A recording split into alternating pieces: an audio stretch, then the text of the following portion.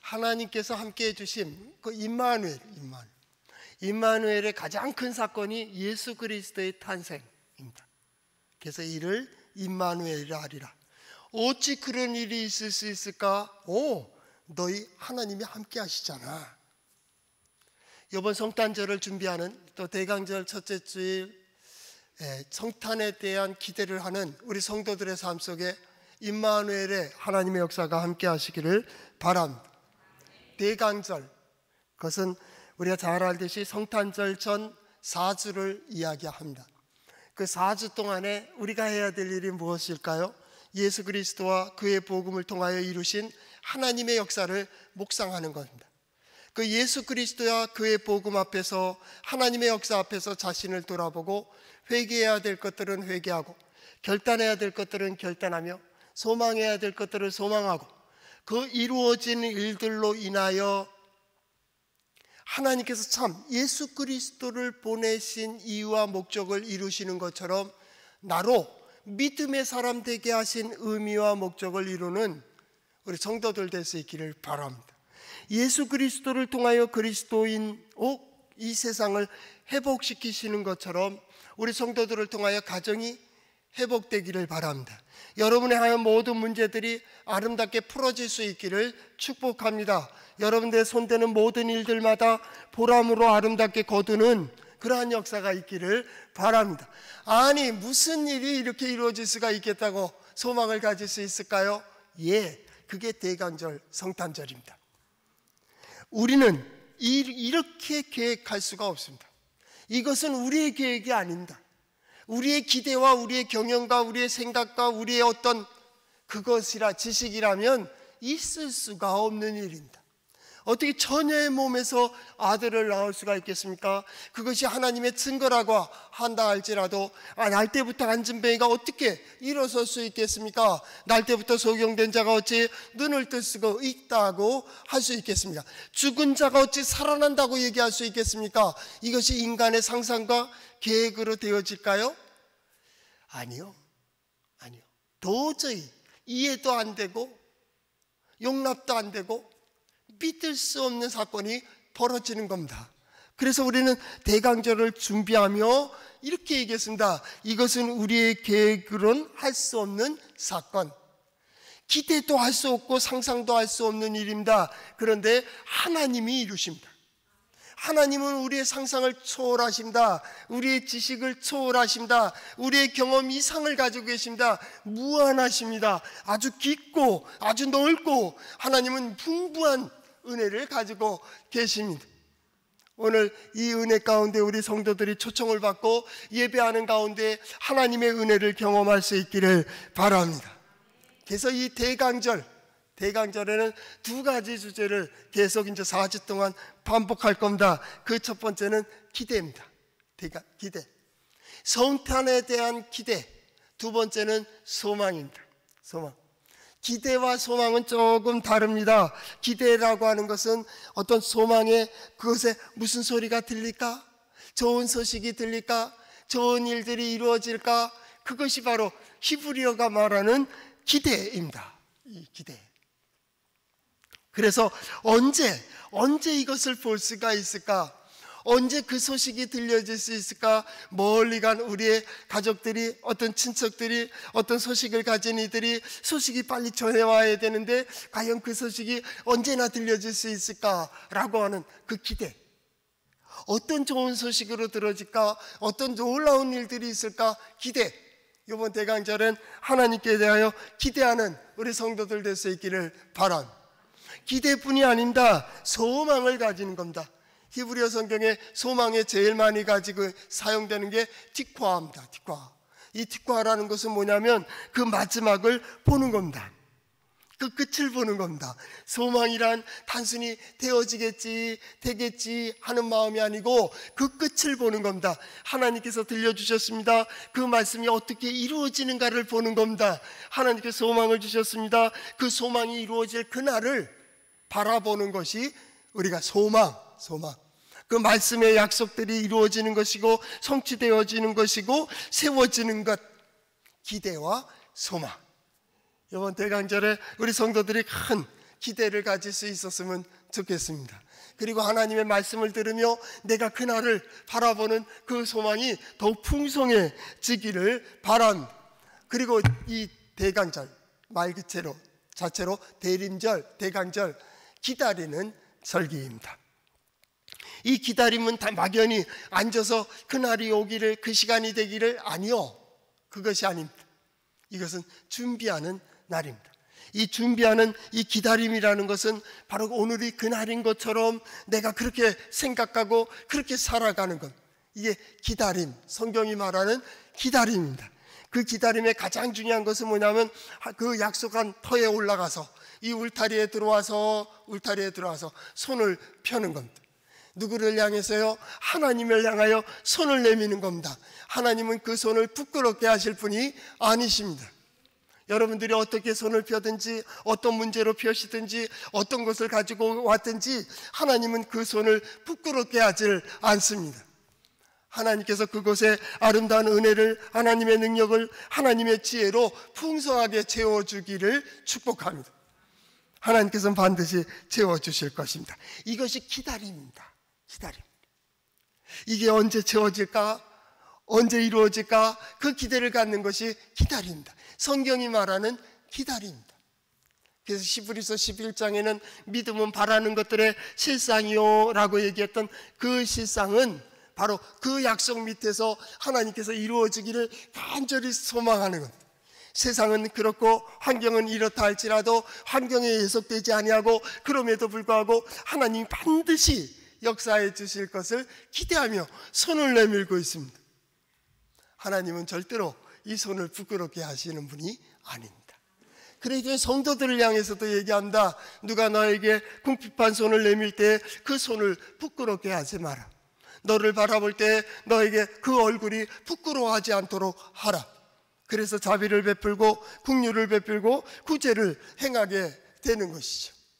이번 대강절 첫째 주일, 바로 이런 소망과 기대의 기다림이 우리 성도들 삶 속에서 아름답게 이루어지기를 바랍니다. 그 기다림의 절차를 어디서 볼 수 있을까요? 예, 성경을 통해 봅니다. 한번 따라해 볼까요? 하나님의 말씀인 성경은 나의 신앙이요 나의 고백입니다. 주여 내게 무슨 말씀을 하려 하시나이까? 내게 무슨 말씀을 하시든지 그대로 하리이다. 그게 기다림입니다. 주여 내게 무슨 말씀을 하려 하시나이까? 내가 그대로 행하리이다. 이것이 기다림입니다. 기다림입니다.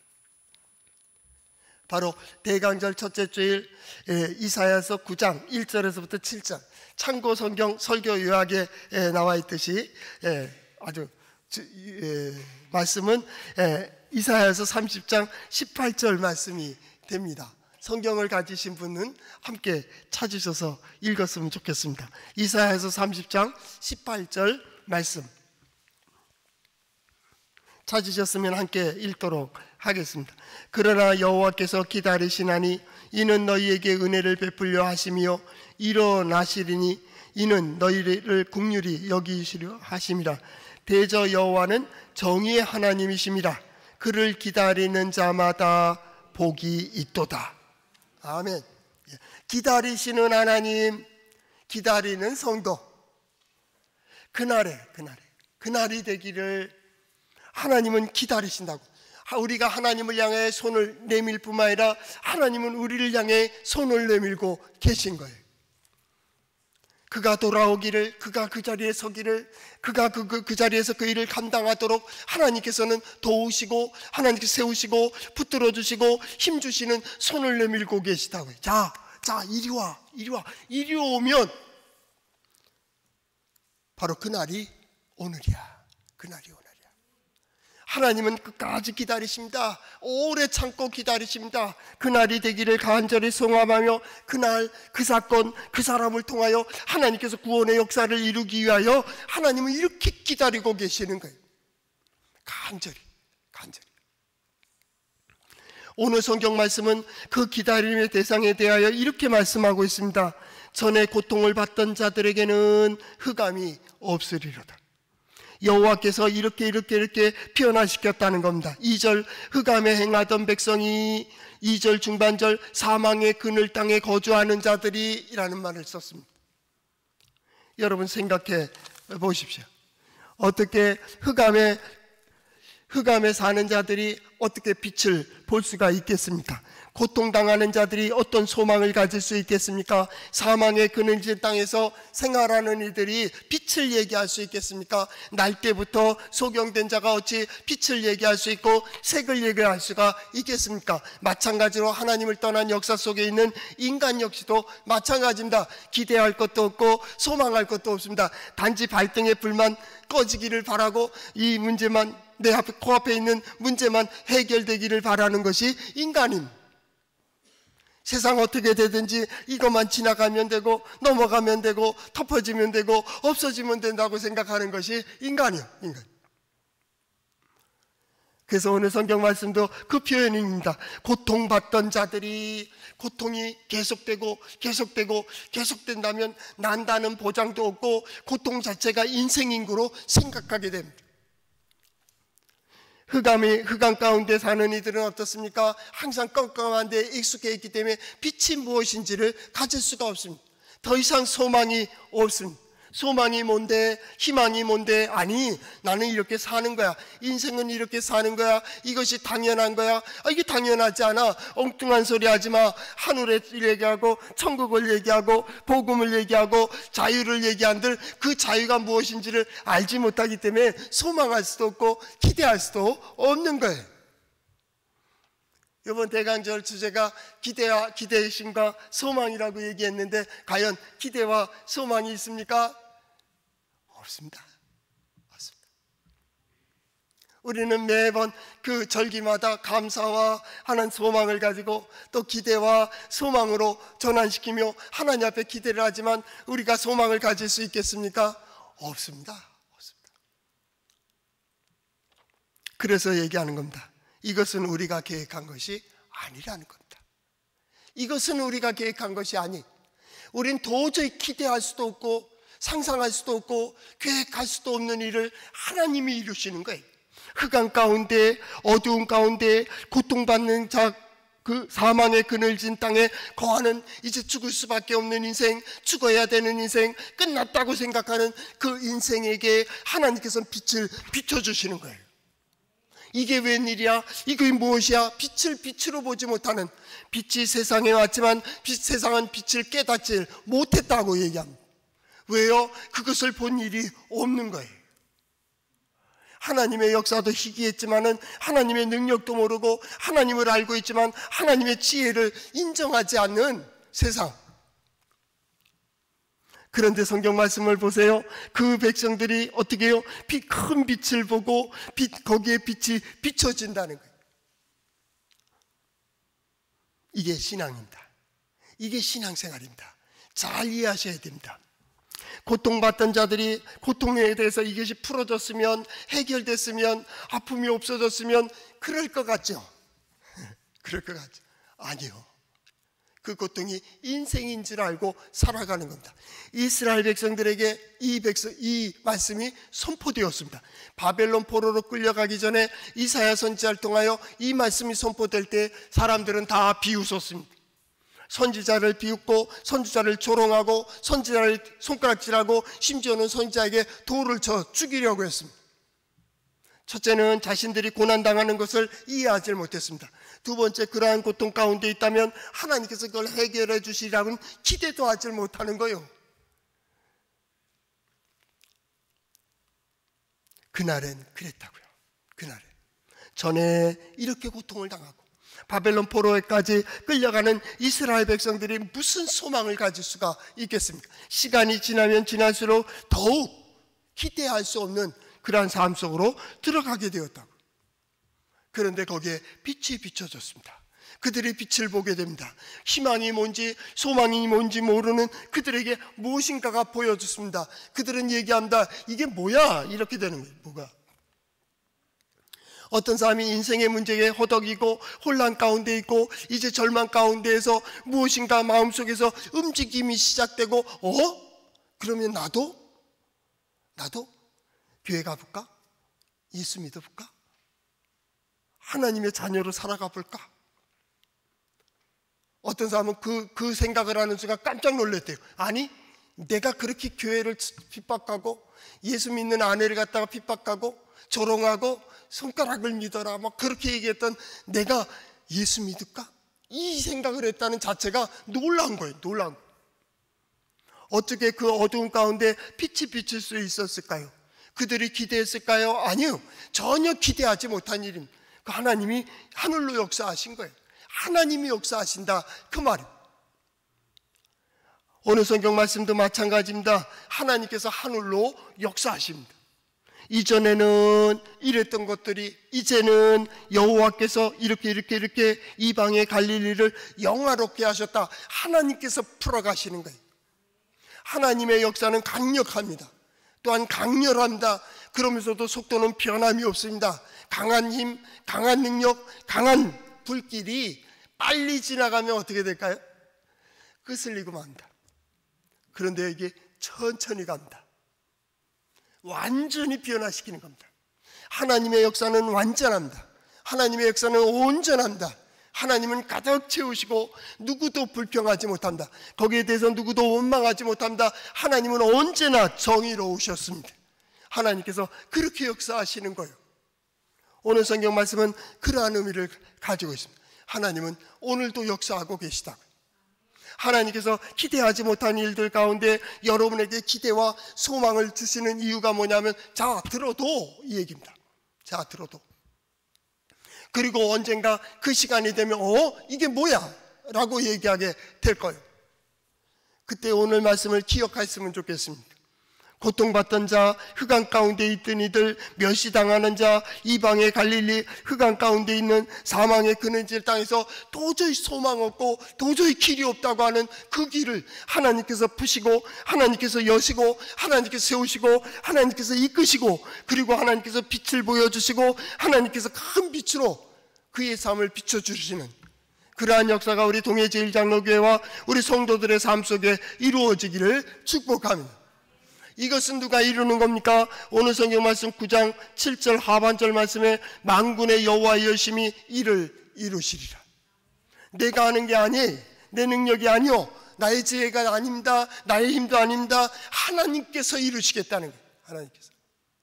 우리는 그 길을 가는 겁니다. 때로는 나는 내가 가는 길을 알지 못합니다. 나의 욕심을 따라, 나의 욕망을 따라, 나의 생각을 따라 그대로 가는 건지도 모릅니다. 그러나 하나님께서는 그 모든 것들을 하나님의 역사에 맞춰 이것을 이루어 가시는 것이죠. 시간이 지난 다음에 하나님께서 이렇게 이루어 주셨노라고. 우리가 이사야서를 계속 보고 있지만 지난번에 고레스 왕에 대해서 우리가 살펴보았습니다. 고레스 왕이 의로운 왕입니까? 고레스 왕이 성실한 왕입니까? 고레스 왕이 자비가 많은 왕입니까? 은혜를 베푸는 자입니까? 아니요. 역사를 잘 보세요. 고레스 왕은 굉장한 강력한 힘을 가지고 있고 리더십을 가지고 있고요. 세상이 말하는 카리스마를 가지고 있습니다. 그는 자기의 절대 권력에 있어서 누구도 도전하지 못하게 했으며 자기의 욕망과 욕심을 채우는 데 있어서는 누구도 침범하지 못하게 한 왕입니다. 그의 말은 곧 신의 말이었습니다. 그러한 권력을 가지고 페르시아라고 하는 바사를 세우게 됩니다. 그런데 하나님께서는 그 욕망과 그 의지와 그 결단과 그 고백을 통하여 많은 백성들에게 자유를 주고 특별히 이스라엘 백성들에게 자유를 주고 본국으로 돌아갈 수 있는 길을 허락하고 성을 짓고 또한 성전까지 회복되는 놀라운 일로 사용하셨습니다. 고레스는 자기가 사용되는지 몰랐을 겁니다. 그러나 하나님은 하나님의 백성을 위하여 그렇게 사용하셨고 온 인류에게 그러한 영향력을 끼치게 하였습니다. 오늘도 마찬가지입니다. 우리는 기대하지 못한 곳에서 하나님의 역사를 볼 수 있다. 우리는 지금 소망하지 못하는 일들을 하나님께서는 큰 빛으로 우리의 삶 속에 이미 들어와 계시다라고 하는 대강절 첫째 주일을 지나는 우리 성도들은 이렇게 인정해야 됩니다. 나는 소망 없다. 저도 설교하지만 설교한 대로 여러분들이 이해하리라고는 생각하지 않습니다. 설교한 대로 여러분들이 소망을 가지고 이 시대를 살아간다고 기대하지도 않습니다. 여러분들이 그러한 능력을 가진 믿음의 사람이라고 인정하지 않습니다. 그러나 우리는 그렇게 인정하지 못하고 우리는 그렇게 포기할 수밖에 없는, 누군가가 나에게 조언을 구한다면 나는 그에게 많은 좋은 얘기를 해줄 수 있지만, 그리고 나는 그렇게 얘기할 겁니다. 당신은 이 일을 이룰 수가 없습니다. 그는 깜짝 놀랄 겁니다. 아니, 나는 이루려고 하는데요. 아니요, 우리는 알 수 없습니다. 그러나 한 가지, 하나님께서 이 말씀을 듣게 하셨다면 하나님께서 이루어 주실 것입니다. 그 자리에서 나를 감동시키시고, 그 자리에서 나에게 보여주시고 들려주시고 이끌어 가시며, 나도 모르게 내가 왜 이 자리에 서 있는 거요, 내가 왜 이 일을 하고 있는 거요, 내가 왜 이 길을 가는 거요. 그리고 시간이 지난 다음에 되어지는 일들로 인하여 우리는 놀라운 일들을 보게 될 것입니다. 이게 하나님의 영광입니다. 이 영광이 여러분과 함께 하시기를 축복합니다. 아브라함도 그랬습니다. 다윗도 그랬습니다. 자기가 가는 길을 도저히 이해하지를 못했습니다. 창세기 15장에 보면 아브라함이 그렇게 얘기합니다. 아니, 이 땅을 주신다고 하는 하나님 앞에 이것을 나에게 주실 줄 뭐로 믿을 수가 있겠습니까? 아브라함에게 약속된 것은 몇 가지입니다. 첫째는 땅입니다. 이 땅을 너와 네 자손에게 주리라. 두 번째 약속은 자손에 대한 약속입니다. 너로 큰 민족을 이루게 할 것이다. 세 번째 약은 복덩어리입니다. 너를 축복하는 자를 내가 복되게 할게. 너를 저주하는 자 내가 저주할 거야. 그러니까 너는 복된 자로 내가 보호할 거라고 하는 세 가지 약속입니다. 그러나 더 중요한 것은 뭐냐? 그 중에 자손에 대한 문제입니다. 자손에 대한. 그는 어떤 기대가 할 수가 없었습니다. 그런데 하나님께서는 또 나타나셔서 창세기 15장에 뭐라 합니까? 이 땅을 너와 네 자손들에게 주리라. 자손을 지금 보지 못한 아브라함의 입장에서는 도저히 이해가 되지 않는 말씀입니다. 내가 무엇으로 할 수 있을까요? 그래, 너는 제사를 준비해라. 그래서 오늘날 예배죠. 제사, 제물을 갖다가 다 조각을 까고 이렇게 기다리게 됩니다. 해는 지기 시작했고요. 새들이 이제 활동하기 시작하면서 이 먹잇감을 먹으려고 내려앉을 때 이 아브라함은 자꾸 쫓아냈습니다. 이 잠이 들려고 할 때 그때 여호와의 말씀이 들려집니다. 다시 약속을 확인합니다. 너는 반드시 알라. 네 자손이 이방의 객이 되어 그들을 섬기고 그들을 400여 년 동안 네 자손을 괴롭힐 것이다. 그들이 섬기는 나라를 내가 징벌할 것이고 그 위에 네 자손이 큰 재물을 가지고 이끌고 나올 것이다. 그리고 이 땅을 차지할 것이다. 왜 지금이 아닐까요? 우리는 어떤 때 어떤 역사가 이루어질 때 하나님 빨리 응답해 주세요. 지금 이거 풀어주세요. 지금 이루어 주세요. 너무나도 조급할 때가 얼마나 많습니까? 아빠 이 양 줄 거면 지금 주시지. 아빠 도와줄 거면 지금 도와주시지. 하나님은 그러질 않았습니다. 아브라함 역시도 그러한 질문을 가지고 있었을 수가 있습니다. 그러나 두 가지 문제가 역사적으로 걸려 있었습니다. 첫째는 이스라엘 백성들이 숫자가 되지를 못했습니다. 400여 년 동안 숫자가 커집니다. 두 번째는 이 하나님께서 주시고자 하는 이 땅 가나안 7족속의 죄가, 즉 헷 족속, 갓 족속, 그니스 족속, 브리스 족속, 아모리 족속, 가나안 족속, 기르가스 족속, 여부스 족속들이 죄악이 아직 차지를 못했다, 그 말입니다. 그런데요, 더 성경의 기적은 이걸 어떻게 절묘하게 하나님이 맞춰가시느냐, 그 말입니다. 인간이 맞춘다고 그렇게 맞춰주겠어요? 숫자가 이스라엘 백성들이 가나안 땅을 다 점령할 수 있는 그 숫자가 차기까지, 그리고 이 툭 건들기만 해도 터질 수밖에 없는 죄악이 가득 찰 때까지 그 시점을 어떻게 그렇게 절묘하게 맞춰갈 수 있을까요? 하나님만이 가능하신 겁니다. 그것은 뭐냐면 하나님께서 우리에게 소망을 주시고 소망을 따라 고백하게 하시고 행동하게 하는 그 시점이 바로 하나님께서 이끌어 가시는 그 시점과 맞추는 놀라운 기적의 시간이 된다라고 하는. 누가 이루신다고요? 예, 만군의 여호와의 열심히 이를 이루어 가신다. 이루어 가신다.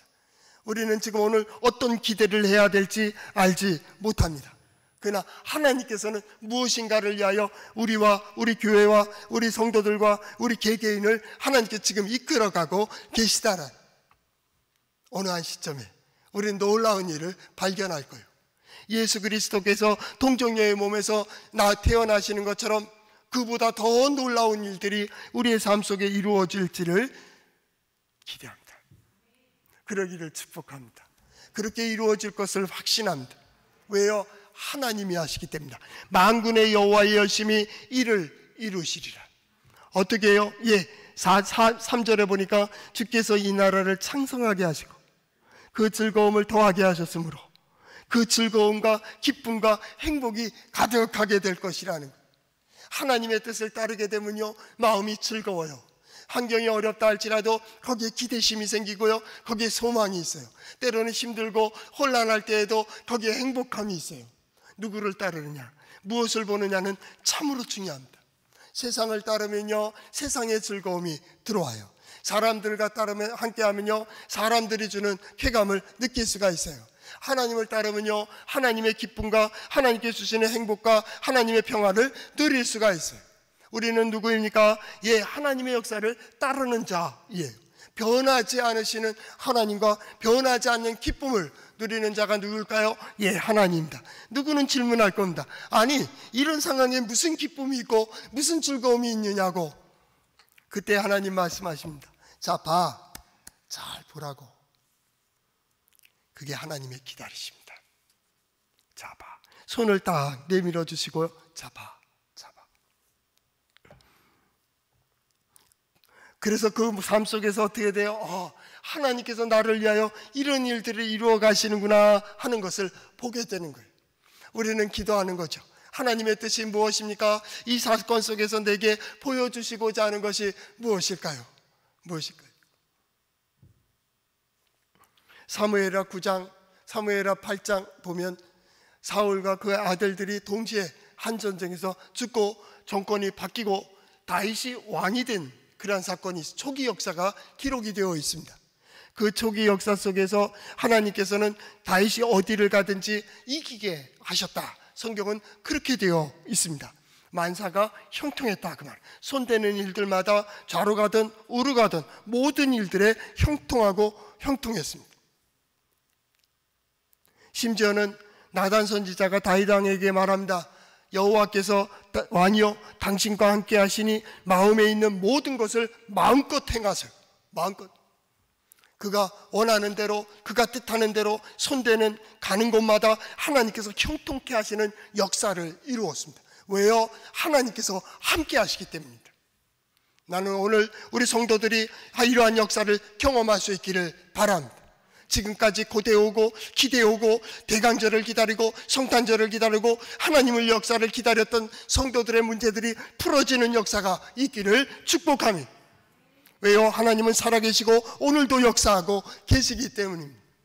그런데요, 그 형통할 때 왕이여 마음껏 행하소서 할 때 그 다윗 왕은 은혜를 생각했습니다. 그래서 9장 1절에 이렇게 얘기합니다. 사울의 집에 남은 자가 있는가? 사울의 집에 남은 자가 있는가? 라고 물어볼 때 그 신하들은 모두 덜덜 떨었습니다. 사울과 관련된 자들이 다 죽었고 죽을 것 같은 그런 이전에 자기가 한 일이 혹시나 사울과 관계되어 있지 않았을까? 그런 생각을 하는 사람도 있었을 것입니다. 그런데 다윗이 얘기합니다. 의외로 내가 그에게 은혜를 베풀려 하노라. 내가 그에게 은혜를 베풀려 하노라. 형통할 때에 은혜를 생각했습니다. 가장 나를 대적하고 가장 나를 미워했고 가장 나를 죽이려고 했던 그 사람의 자녀손들 중에 남아있는 자에게 자비를 베풀려고 했습니다. 왜 그랬을까요? 하나님의 은혜 때문입니다. 자기가 왕권을 처음 잡고서 형통한 길을 걸어가며 내가 만약에 하나님의 뜻에, 하나님의 역사에, 하나님의 계획에 맞지 않을 그때에도 하나님께서 내가 베푼 이 자비를 생각하기를 간절히 소망했을 것입니다. 이게 다윗의 마음 깊은 곳에 있어요. 형통할 때 은혜를 생각했다. 그때 요나단의 아들인 무비보셋이 살아 있었습니다. 다윗 사울과 그 아들들이 한날 한 전쟁에서 완전히 죽었을 때 그 소식을 들은 몸종 무비보셋의 유모죠. 유모가 그 무비보셋 어린 5살짜리를 안고 도망가다가 널져 떨어뜨렸어요. 두 다리를 상처를 입혔습니다. 그래서 평생 다리 저는 자가 되었습니다. 그래서 숨어 살게 되었는데, 여러분, 이렇게 다리를 다치고 숨어 있는 이 참 비참한 이에게 무슨 소망이 있겠습니까? 그런데요, 다윗이 그에게 이전의 존과 땅 그 모든 것을 회복시켜 주고 왕의 상에서 같이 음식을 먹게 합니다. 왜 그랬을까요? 요나단과의 약속을 기억한 거예요. 요나단이 자기에게 은혜를 베풀었을 때를 기억했습니다. 요나단과 나의 약속을 기억했습니다. 그리고 은혜를 베풀게 됩니다. 그때 무비보셋이 이렇게 표현합니다. 사무엘하 9장 8절, 이 종이 무엇이기에 죽은 개 같은 나를 돌아보시나이까. 죽은 개 같은 나를, 죽은 개가 무슨 소망이 있겠습니까? 죽은 개를 누가 기뻐하겠습니까? 죽은 개를 누가 좋아하겠습니까? 그런데 왕이 그에게 은혜를 베풀고 같은 상에서 먹게 했다는 겁니다. 오늘 성경 말씀 9장 1절에서부터 7절 말씀은 바로 그런 소망이 없는 땅, 고통을 받는 자, 죽음의 그늘 가운데서 행하던 우리에게 하나님께서는 빛을 비춰주시고, 자 봐, 너희는 소망이 있다고. 날 기대해봐. 어떻게 기대할 수 있을까요? 오, 성탄입니다. 임마누엘, 내가 너와 함께 하잖아. 내가 너와 함께 하잖아. 이스라엘 백성들이 이 말씀을 받아들입니까? 안 받아들입니다. 어쩌면 이 말씀을 듣고 있는 우리 성도들 중에서도 이것을 믿지 않고 인정하지 않는 분들도 있을 겁니다. 물론 밖으로는 그렇게 얘기하지 않고 있죠. 그런 들 별 수 있나? 좋습니다. 그렇게 가십시오. 그렇게 가십시오. 우리가 보지 않고 어찌 믿을 수가 있겠습니까? 그러나 중요한 것은 하나님께서 역사하시면 그런 마음을 가졌다 할지라도 반드시 하나님의 능력을 볼 줄로 믿습니다. 누가 빛을 비춰주십니까? 하나님이 하십니다. 빛을 비춰달라고 소망하지 않았습니다. 기대했습니까? 아니요, 기대하지도 못했습니다. 하나님이 비춰주시는 겁니다. 하나님께서 보여주시는 겁니다. 하나님께서 경험하게 하십니다. 누가요? 만군의 여호와의 열심히 일을 이루시는 겁니다. 창성하게 하시고요, 즐거움을 더하게 하시고요, 추수 때의 기쁨, 탈취물을 나눌 때의 즐거움 같은, 이런 일이 어찌 있을 수가 있느냐고. 단지 하나님을 향하여 고개만 들 수 있는 소망만 가질 수 있다면, 하나님께서 역사하신 거에 대해서 라고 응답할 수 있는 소망만 가질 수 있다면, 그는 충분히 하나님의 능력과 은혜를 받을 만한 자격이 있다, 그 얘기입니다. 그것이 은혜입니다. 그것이 은혜입니다. 무비보셋이 고백했던 것처럼 죽은 개 같은 나를 돌아보시나이까 라고 하는 그 말씀은 아직 하기에 이르다, 그 말입니다. 왜요? 하나님이 역사하실 것이기 때문입니다. 어떻게 역사하실까요? 우리는 그래서 기도하는 겁니다. 하나님의 역사, 하나님의 은혜를, 말씀을 듣게 하여 주신 하나님, 이제 그것을 볼 수 있게 해주세요. 내 남편을 통하여, 아내를 통하여, 자녀들을 통하여 하나님께서 어떻게 이루어 주시고 하나님께서 어떤 은혜를 베풀어 주시는지를 반드시 볼 수 있게 해주세요.